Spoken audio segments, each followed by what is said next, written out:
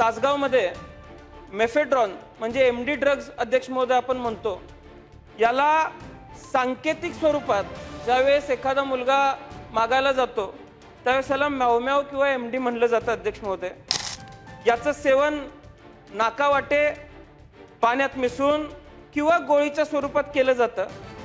शरीरात गेल्यानंतर हा पदार्थ मेंदूमध्ये डोपामिन किंवा सेरोटोनिन यांच्यासारख्या रसायनांचे प्रमाण अचानक वाढवतो आणि या व्यक्तीला काही काळासाठी तीव्र उत्साह अध्यक्ष महोदय निर्माण होतो. हा तासगाव शहरातला मगाचा अध्यक्ष महोदय फोटो आहे 7 वाजताचा, की कशा पद्धतीनं हे विकलं जाते अध्यक्ष महोदय. त्याच्या पुढे जाऊन हे याचे दर कसे आहेत अध्यक्ष महोदय हे आम्ही याच्या खोलात गेलो तर हे 2000 प्रति ग्राम दर मिळतं. आता यामध्ये सुद्धा व्हरायटी आहे. हे जर सांगलीमध्ये मिळत असेल तर 2000 आणि पुण्यावरून जर आणायचं असेल किंवा तासगाव, सांगली, मिरज, इस्लामपूर इथं, ईश्वरपूर इथं काही इंजिनिअरिंग कॉलेजेस आहेत, इथल्या विद्यार्थ्यांना याचा नशा करायचा असेल तर हे पुण्यावरून मागवण्यासाठी स्वतःच्या गाडीहून एकतर 4 पर्याय आहेत. स्वतःच्या गाडीने पुण्याहून पार्सल घेण्यासाठी येणे, स्थानिक पातळीवर विद्यार्थ्यांकडून किंवा डीलरकडून, तिसरं कुरिअर पार्सलकडून किंवा चौथं ब्लाबलामधून. आता ब्लाबला हे मधल्या काळामध्ये त्याच्यावरती बंदी आणण्यात गेली, परिवहन मंत्र्यांनी त्याच्यावरती कारवाई केली गेली. पण जर पार्सल आणत असतील तर पार्सलला 5000 रुपये ग्राम किंमत मोजली जाते अध्यक्ष महोदय. मिरजच्या माध्यमातून आज रेल्वे मार्गे मिरजमध्ये हा गांजा येतो आणि त्या मिरजमधून संपूर्ण सांगली जिल्ह्यामध्ये या गांजाची साखळी अध्यक्ष महोदय विस्तारलेली आहे. मी मगाशी मांडल्याप्रमाणे मिसरडही फुटले नाही. या वयात हातात चाकू, लूटमारा आणि गांजा अशा पद्धतीची परिस्थिती सांगली जिल्ह्याचे अध्यक्ष महोदय झालेली आहे.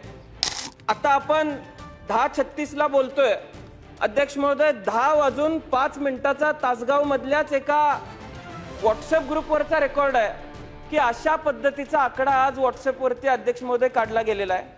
अध्यक्ष महोदय, माझ्या वडिलांनी या सभागृहामध्ये काम करत असताना चिठ्ठ्या उधळल्या होत्या आकड्यांच्या.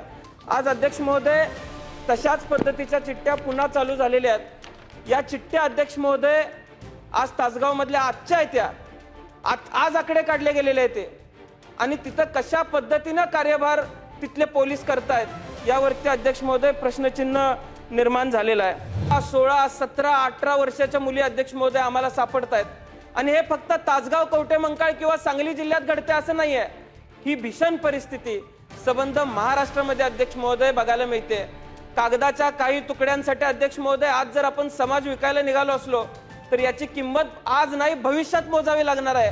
आज अर्धा तास चर्चेवरती बोलत असताना एक महत्त्वाचा विषय, किंबहुना संपूर्ण अधिवेशनामध्ये ज्यावेळेस गृह विभागाच्या बाबतीमध्ये सन्माननीय सदस्य बोलत होते त्यावेळेस आपापल्या भागातले आज अवैध धंदे असतील, मग त्यामध्ये ड्रग्ज असतील, गांजा असतील, या बाबतीमध्ये पोटतिडकीने सगळेच लोकप्रतिनिधी अध्यक्ष महोदय बोलत होते. आज अर्धा तास चर्चेला तासगाव, कवठेमंकाळ, सांगली जिल्हा यामध्ये जे अवैध धंद्यांचं रॅकेट अध्यक्ष महोदय अस्तित्वात आहे आणि कधी कधी अध्यक्ष महोदय खरं तर पोलीस विभागावरती माझं मनापासून प्रेम आहे. त्यांच्या अडचणींसाठी आतापर्यंत साधारण मग हाऊसिंग असेल किंवा इतर गोष्टी असतील या बाबतीमध्ये अनेक वेळेला आम्ही अध्यक्ष महोदय प्रश्न उचललेला आहे.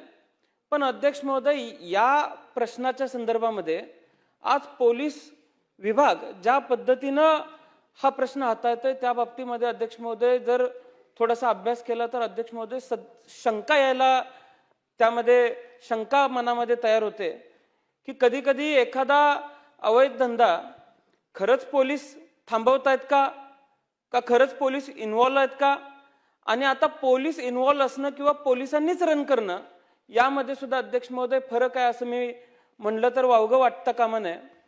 आज ज्यावेळेस तासगाव असेल, कवठेमंकाळ असेल आणि सांगली जिल्ह्यामध्ये खरं तर प्रत्येक जण इथं आपापल्या भागामध्ये काहीतरी डेव्हलपमेंटची, विकासाची कामं झाली पाहिजेत असं सांगतायत. अध्यक्ष महोदय, पूल नसेल तर पूल बनवता येईल, पाणी नसेल तर पाईप घालून पाणी आणता येईल, पण अध्यक्ष महोदय हा जो खड्डा तरुणांच्या आयुष्यामध्ये पडायला लागलेला आहे तो खड्डा भरून काढणारं सिमेंट अध्यक्ष महोदय या विधानसभेतल्या कुठल्याही सदस्याकडे भविष्यामध्ये नसणार आहे अध्यक्ष महोदय. मी आज ज्यावेळेस इथं बोलतोय माझ्या मतदारसंघातल्या पालकांच्या वतीने अध्यक्ष महोदय मी बोलतोय, कारण सहज इतक्या गोष्टी उपलब्ध व्हायला लागलेल्या आहेत, सहज इतक्या मिळायला लागलेल्या आहेत की प्रत्येक जण आज चिंतेमध्ये आहे की ज्या वेळेस आपापल्या मतदारसंघातली परिस्थिती इथले महोदय सगळे सांगतात, राज्यातली अर्थव्यवस्था आणि या पलीकडे जाऊन या माध्यमातून या व्यवसायातनं जी अर्थव्यवस्था उभी राहते अध्यक्ष महोदय ती प्रचंड अडचणीची अध्यक्ष महोदय राज्यातल्या कायदा आणि सुव्यवस्थेला धरून आहे. आज यशवंतराव चव्हाण साहेब या सदनाचे एकेकाळी प्रमुख होते. त्यांनी त्यांच्या भाषणामध्ये अनेक वेळेला अध्यक्ष महोदय सांगितलेलं आहे की तरुणांना गती असते, पण त्या गतीला जर योग्य दिशा नसेल तर त्या अध्यक्ष महोदय त्या गतीला काही फायदा नाही अध्यक्ष महोदय. आणि ज्यावेळेस आज आम्ही या गोष्टीवरती अभ्यास करतो अध्यक्ष महोदय, आज ही समस्या केवळ कायदा आणि सुव्यवस्थेपुरती मर्यादित न राहता सामाजिक, शैक्षणिक आणि आरोग्याच्या दृष्टीने अत्यंत गंभीर झालेली आहे.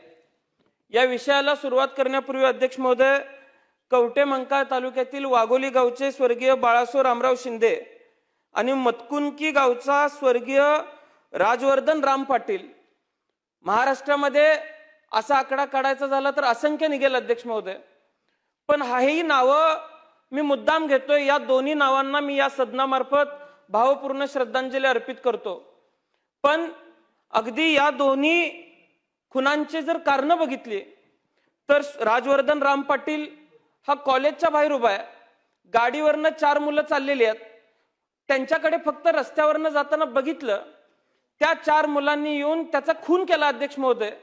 आणि पुन्हा निष्पन्न होतं की ही 4ही मुलं अगदी ड्रग्ज घेतल्या होत्या, कसल्या गोळ्या खाल्ल्या होत्या आणि त्याच्यानंतरच्या काळामध्ये ज्यावेळेस त्या मुलांचं वय तपासलं गेलं अध्यक्ष महोदय त्यावेळेस ती मुलं 16 आणि 17 वर्षाची होती.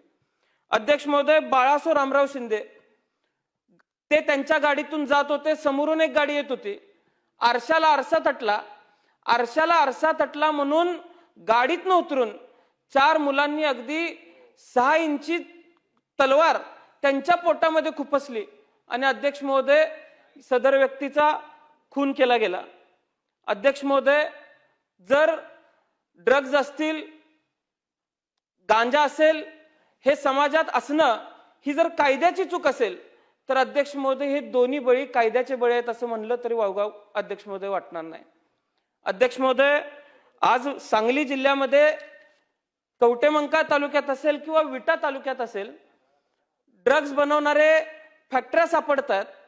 29-30 कोटीचा ड्रग्ज एका ठिकाणी सापडतोय आणि कुठेतरी अशी एक कारवाई दाखवायची, पण जे जाळं निर्माण झालेलं आहे ते जाळं अध्यक्ष महोदय आज आपण मोडून काढू शकत नाही. वास्तव आपण सर्वांनी स्वीकारलं पाहिजे. गृहमंत्री महोदय असतील, मुख्यमंत्री महोदय असतील, अगदी त्यांनी नो टॉलरन्सची भूमिका स्वीकारली असेल, पण तो नो टॉलरन्स किती जरी कारवाया केल्या तर तो नो टॉलरन्स दिसत नाही अध्यक्ष महोदय. हे वास्तव आज आपल्याला सर्वांना स्वीकारावं लागणार आहे. तासगावमध्ये मेफेड्रॉन म्हणजे MD ड्रग्ज अध्यक्ष महोदय आपण म्हणतो, याला सांकेतिक स्वरूपात ज्यावेळेस एखादा मुलगा मागायला जातो त्यावेळेस त्याला म्याव किंवा MD म्हणलं जातं अध्यक्ष महोदय. याचं सेवन नाकावाटे, पाण्यात मिसळून किंवा गोळीच्या स्वरूपात केलं जातं. शरीरात गेल्यानंतर हा पदार्थ मेंदूमध्ये डोपामिन किंवा सेरोटोनिन यांच्यासारख्या रसायनांचे प्रमाण अचानक वाढवतो आणि या व्यक्तीला काही काळासाठी तीव्र उत्साह अध्यक्ष महोदय निर्माण होतो. भारतामध्ये अशा अंमली पदार्थांचं उत्पादन, विक्री व सेवन हे NDPS कायद्याअंतर्गत गंभीर गुन्हा मानला जातो. पण अध्यक्ष महोदय, या माध्यमातून किती गुन्हे दाखल झालेले आहेत हे सुद्धा तपासण्याची गरज आज अध्यक्ष महोदय तासगाव असेल, कवठेमंकाळ असेल किंवा सांगली सारख्या ठिकाणी आहे. कारण मेफेड्रॉन सारखं म्हणजे तासगावमध्ये इंडियन ड्रग्ज मिळतो आणि निग्रो MD ड्रग्ज मिळतो. मी अगदी सांगितलं अध्यक्ष महोदय तर आपल्याला वावगं वाटेल, यामध्ये सुद्धा कशा पद्धतीनं ही नशा केली जाते. अगदी याची 2 लाईन नाकेवाटे घेतली तर 2-3 क्वार्टर दारूची नशा पटकन उतरते असे घेणारे अध्यक्ष महोदय सांगतात. आणि काही तरुणांना या बाबतीत प्रश्न विचारल्यावर अध्यक्ष महोदय ते सांगतात की गुड वाईब्ससाठी आम्ही अध्यक्ष महोदय याचं सेवन करतो. सांगली, सातारा आणि कोल्हापूर भागामध्ये 1 ग्राम एमडीची किंमत अध्यक्ष महोदय 3 ते 4 हजार रुपये मोजावे लागतात. आता अध्यक्ष महोदय, खरा जर आपल्याला हे जाळं कसं पसरते हे जर शोधावं लागलं, मी अनेक दिवस झालं मी आमच्या आमसभेमध्ये पोलिसांना विनंती केली, सातत्याने पोलिसांना सांगितलं, मागच्या अधिवेशनामध्ये पोलिसांना याचं जाळं कसं आहे हे शोधून काढायला सांगितलं, तर ते अध्यक्ष महोदय काही ठिकाणी कारवाया दाखवल्या. जिथं कारवाई केली तिथं मुलं सापडली 15, 16 आणि 14 वर्षाची. पोलिसांच्या मधूनच कोणीतरी फोन करून आम्ही धाड टाकतोय म्हणून सांगायचं. आणि अध्यक्ष महोदय, मी जर अगदी खरं सांगितलं तर आज मी मगाचा फोटो घेऊन आलोय अध्यक्ष महोदय. हा तासगाव शहरातला मगाचा अध्यक्ष महोदय फोटो आहे 7 वाजताचा, की कशा पद्धतीनं हे विकले जाते. अध्यक्ष महोदय, त्याच्या पुढे जाऊन हे याचे दर कसे आहेत अध्यक्ष महोदय, हे आम्ही याच्या खोलात गेलो तर हे 2000 प्रति ग्राम दर मिळतं. आता यामध्ये सुद्धा व्हरायटी आहे.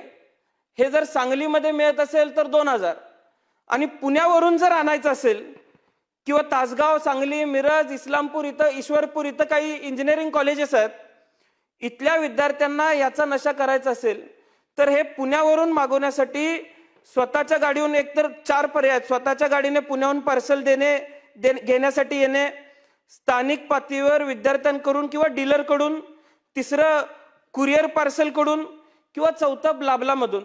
आता ब्लाबला हे मधल्या काळामध्ये त्याच्यावरती बंदी आणण्यात गेली, परिवहन मंत्र्यांनी त्याच्यावरती कारवाई केली गेली. पण जर पार्सल आणत असतील तर पार्सलला 5000 रुपये ग्राम किंमत मोजली जाते अध्यक्ष महोदय. आता अध्यक्ष महोदय, हे कुठल्या गाडीतून येतं या गाडीचे नंबर सुद्धा अध्यक्ष महोदय आमच्याकडे आहेत. जे आम्हाला सापडू शकतं ते त्या भागातल्या डीबीच्या अधिकाऱ्यांना किंवा एसपीना का सापडू शकत नाही, हा अध्यक्ष महोदय खरं तर संशोधनाचा विषय म्हणला तर वावगं ठरणार नाही. अध्यक्ष महोदय, गांजाचं सेवन सुद्धा तितक्याच मोठ्या प्रमाणात आहे. आज गांजा हा 21 ते 35 वयोगटामध्ये फार मोठ्या प्रमाणात घेतला जातोय. माझ्या मतदारसंघामध्ये मिरजच्या माध्यमातून आज रेल्वे मार्गे मिरजमध्ये हा गांजा येतो आणि त्या मिरजमधून संपूर्ण सांगली जिल्ह्यामध्ये या गांजाची साखळी अध्यक्ष महोदय विस्तारलेली आहे. आता मिरजमध्ये हा जर गांजा येत असेल, या गांजाची किंमत अध्यक्ष महोदय 30 ते 50 रुपये प्रति 4-5 ग्राम ही ग्राम गोळीच्या माध्यमातून अध्यक्ष महोदय विकलं जातं. आता या गांजाचं सेवन केल्यानंतर देखील मोठ्या प्रमाणात हानी ही तरुणाच्या स्वास्थ्याला निर्माण होते, मानसिक आरोग्याला निर्माण होते, आणि या माध्यमातून आजपर्यंत आपण बघितलेल्या वेगवेगळ्या माध्यमातून खून सुद्धा अध्यक्ष महोदय घडलेले आहेत. अध्यक्ष महोदय, वेगवेगळ्या पद्धतीच्या गोळ्या देण्यात येत आहेत. माझ्या मतदारसंघामध्ये गेल्या वर्षापर्यंत जुगाराच्या अड्ड्यांवरती छापे टाकले. त्या तासगाव तालुक्यात 47 गुन्हे दाखल झाले, कवठेमंकाळ तालुक्यात 34 गुन्हे दाखल झाले. जुगाराच्या अड्ड्यांवर छापा टाकले, तिथनं जे सामान गेलं, गोळा केलं गेलं, तिथं 2 गुन्हे दाखल झाले. अध्यक्ष महोदय, काही वृत्तपत्रांमध्ये आज सांगली जिल्ह्यातलं येते की पोलीस या सगळ्याकडे अर्थपूर्ण कानाडोळा करतात. ज्यावेळेस मी पत्रकारांशी चर्चा करतो, 10-10, 12-12 कोटी रुपये महिन्याची उलाढाल या माध्यमातून उभा राहते असं पत्रकारांचं मत आहे. अध्यक्ष महोदय, आज मी मगाशी मांडल्याप्रमाणे मिसरूडही फुटले नाही, या वयात हातात चाकू, लूटमारा आणि गांजा अशा पद्धतीची परिस्थिती सांगली जिल्ह्याचे अध्यक्ष महोदय झालेली आहे. आणि यावरती तिथले एसपी असतील, तिथले सगळे डीवायएसपी असतील, कशा पद्धतीनं अध्यक्ष महोदय कारवाई करतात. मी मगाशी पहिलंच वाक्य अध्यक्ष महोदय वापरलं की पोलीस इन्व्हॉल्व असणं आणि पोलिसांनी रन करणं. अध्यक्ष महोदय, हे रॅकेट जे चालवणारे लोक आहेत, मी गेली 2-3 महिने आम्ही याच्या पाठीमागे अभ्यास करतोय. अध्यक्ष महोदय, काही पोलीसच हे रॅकेट चालवणाऱ्यांकडून काहीतरी गोळा करतायत आणि काहीतरी विकतायत हे अध्यक्ष महोदय दिसतंय. पोलीस इन्व्हॉल्व असणं आणि पोलिसांनीच हे व्यवसाय रन करणं यापेक्षा अध्यक्ष महोदय काय वाईट असू शकतं. त्यामुळे अध्यक्ष महोदय, माझी आपल्याला विनंती असणार आहे, मंत्री महोदय, माझी आपल्याला विनंती असणार आहे की ही जर परिस्थिती नॉन टॉलरन्सच्या नुसार, मुख्यमंत्र्यांच्या आदेशानुसार नॉन टॉलरन्सच्या नुसार न्यायची असेल तर मिरज असेल, तिथले DYSP असतील, तिथले PI असतील, सांगली जिल्ह्याचे SP असतील, हे कशा पद्धतीनं तिथं कार्यभार करतायत यावरती अध्यक्ष महोदय प्रश्नचिन्ह आज निर्माण झालेला आहे. आज मगाशी ज्यावेळेस आम्ही माहिती मागवत होतो, अगदी स्वर्गीय RR आबा ज्यावेळेस गृहमंत्री होते, संपूर्ण राज्यामध्ये गुटखा बंदी असेल, संपूर्ण राज्यामध्ये आकड्यांची बंदी असेल, ही फार मोठ्या प्रमाणात अध्यक्ष महोदय केली गेली होती. त्या काळात फार मोठ्या प्रमाणात धाडी टाकल्या गेल्या होत्या. आजही लोक सांगतात की त्यावेळेस एक चैतन्याचं वातावरण अध्यक्ष महोदय निर्माण झालं होतं. पण आता आपण 10:36 बोलतोय. अध्यक्ष महोदय 10:05 तासगाव मधल्याच एका व्हॉट्सअप ग्रुपवरचा रेकॉर्ड आहे की अशा पद्धतीचा आकडा आज व्हॉट्सअपवरती अध्यक्ष महोदय काढला गेलेला आहे. अध्यक्ष महोदय, माझ्या वडिलांनी या सभागृहामध्ये काम करत असताना चिठ्ठ्या उधळल्या होत्या आकड्यांच्या. आज अध्यक्ष महोदय तशाच पद्धतीच्या चिठ्ठ्या पुन्हा चालू झालेल्या आहेत. या चिठ्ठ्या अध्यक्ष महोदय आज तासगाव मधल्या आजच्या आहेत, त्या आज आकडे काढले गेलेले आहेत ते, आणि तिथं कशा पद्धतीनं कार्यभार तिथले पोलीस करतायत यावरती अध्यक्ष महोदय प्रश्नचिन्ह निर्माण झालेला आहे. मागच्या आठवड्यामध्ये एक लक्षवेधी मांडली गेली आणि त्या लक्षवेधीमध्ये अध्यक्ष महोदय सन्माननीय सदस्यांनी सांगितलं की कवठेमंकाळ तालुक्यातल्या ज्योतिर्लिंग ज्वेलर्स मध्ये तिथल्या पोपट दबडे नावाचा मालक होता. कुठेतरी चोरी झाली म्हणून पोलिसांनी शोधायला यायचं. अध्यक्ष महोदय, पुण्याचं पथक आलं. त्या पुण्याच्या पथकानं त्याला रिकव्हरी पाहिजे म्हणून आम्हाला सांगितलं. तो म्हणला माझ्याकडे कुठलं सोनं आलंच नाही, मी कुठली रिकव्हरी द्यायची. अध्यक्ष महोदय, 1.5 किलो सोनं त्यांच्याकडून रिकव्हर केलं गेलं. रात्री 12 नंतर ही कारवाई चालू होती. जे CCTV होते ते CCTV अध्यक्ष महोदय सगळ्या सिस्टमसह उचलून नेण्यात आलं. अध्यक्ष महोदय, आजही त्या 1.5 किलोचा कुठलाही थांग पत्ता लागलेला नाही. मागच्या वर्षी याच पोपट दबडेंनी या सगळ्या जाचाला कंटाळून अध्यक्ष महोदय आत्महत्या केली. तासगाव मध्ये सुद्धा अध्यक्ष महोदय असाच प्रकार आहे. 2 लोक एकत्र पैसे गुंतवतात. त्यापैकी शिवाजी पाटील हा पूर्वी पोलीस म्हणून काम करायचा, पुन्हा रिटायरमेंट घेतली आणि ते ज्या व्यक्तीबरोबर गुंतवणूक करून हा व्यवसाय करत होते ज्वेलरीचा, अध्यक्ष महोदय शिवाजी पाटलांनाच पुन्हा दुसऱ्या पार्टनरला हाताला धरून गुंतवलं जातं. या पार्टनरला बाहेर पोलिसांनीच लपवलेलं आहे अशी माहिती आम्हाला काढली त्यावेळेस मिळाली. अध्यक्ष महोदय, आज अशा पद्धतीनं लोकांचा जाच त्या ठिकाणी केला जातोय. अध्यक्ष महोदय, आज मी मतदारसंघामध्ये सहज माहिती काढली. वेगवेगळ्या पद्धतीचे लॉजिंग चालवले जात आहेत. अध्यक्ष महोदय, सांगायला वाईट वाटतं की ज्यावेळेस आम्ही माहिती काढली तर त्या लॉजिंग्सवरती 15, 16, 17, 18 वर्षाच्या मुली अध्यक्ष महोदय आम्हाला सापडत आहेत. आणि हे फक्त तासगाव, कवठेमंकाळ किंवा सांगली जिल्ह्यात घडते असं नाहीये. ही भीषण परिस्थिती संबंध महाराष्ट्रामध्ये अध्यक्ष महोदय बघायला मिळते. कागदाच्या काही तुकड्यांसाठी अध्यक्ष महोदय आज जर आपण समाज विकायला निघालो असलो तर याची किंमत आज नाही भविष्यात मोजावी लागणार आहे. याची जाण हे खातं चालवताना अध्यक्ष महोदय असलं पाहिजे. आणि त्यामुळे माझी आपल्याला विनंती आहे की तासगाव तालुक्यामध्ये अशा लॉजिंग व्यवहारांना काही पोलीस पाठीशी घालताना दिसत आहेत. यामधला एक लॉज एका पोलिसाचा देखील अध्यक्ष महोदय आहे. त्यांची पार्टनरशिप, त्यांचा व्यवहार हे जर आम्ही सिद्ध केलं तर अध्यक्ष महोदय त्या पोलिसावरती काय कारवाई हे डिपार्टमेंट करणार आहे हे सुद्धा सांगण्याची अध्यक्ष महोदय आज गरज आहे. त्यामुळं या सगळ्या गुन्ह्यांचा विस्तार बघताना, या सगळ्या गुन्ह्यांची वाढ बघताना माझ्या मतदारसंघामध्ये सावळज असेल आणि नागज असेल, आम्ही नव्या पोलीस स्टेशनची मागणी अध्यक्ष महोदय केलेली आहे. त्या पोलीस स्टेशन्सला लवकरात लवकर मान्यता मिळाली पाहिजे. आम्ही तिथला सुधारित क्षेत्रफळाचा व लोकसंख्येच्या अनुषंगाने जो नवीन प्रस्ताव आहे तो प्रस्ताव मागवून घेतलेला आहे. त्या प्रस्तावाला तात्काळ आपण मान्यता देऊन या गुन्ह्यांवरती कडक पद्धतीने निर्बंध आणण्यासाठी आपण प्रयत्न करावेत. सदरक्षणाय खलनिग्रहणाय या पद्धतीने समाज व्यवस्था चालली पाहिजे. त्यासाठी पोलिसांनी जीवाचं रान केलं पाहिजे, हीच भूमिका आमची आहे. आणि समाज व्यवस्था एका चांगल्या दिशेने गेली पाहिजे, हीच भूमिका आज एक तरुण सदस्य म्हणून अध्यक्ष महोदय आम्ही मांडतोय. त्यामुळं या सदनाने हा विषय अत्यंत गंभीर पद्धतीने घेतला पाहिजे, एवढीच विनंती मी अध्यक्ष महोदय आज या ठिकाणी करतोय. अध्यक्ष महोदय, सन्माननीय सदस्य रोहित पाटील यांनी सांगली जिल्ह्यामधील आता प्रश्न होणार नाही, नार्कोटिक्सच्या- अर्ध्या तासापेक्षा जास्त वेळ घेतला त्यांनी. नार्कोटिक्सच्या बाबतीमध्ये मंत्री महोदय, त्यांच्या ज्या शंका आहेत किंवा त्यांनी जे ते प्रश्न उपस्थित केलेत किंवा त्यांच्या चर्चेमधून सांगली जिल्ह्यामध्ये अंमली पदार्थांच्या बाबतीमध्ये पोलिसांवरती त्यांनी ती साशंका त्यांनी इथे उपस्थित जी केलेली आहे. अध्यक्ष महोदय, अंमली पदार्थ ही समस्या ही महाराष्ट्रापुरतं किंवा भारतापुरतं ही सीमित न राहता आपल्याला माहिती आहे की सर्वात जास्त गुन्हेगारी या जगामध्ये ही अंमली पदार्थांच्या बाबतीमध्ये होते. अशा वेळेस महाराष्ट्राचं पोलीस विभाग याच्यामध्ये कशा पद्धतीने कारवाई करतंय.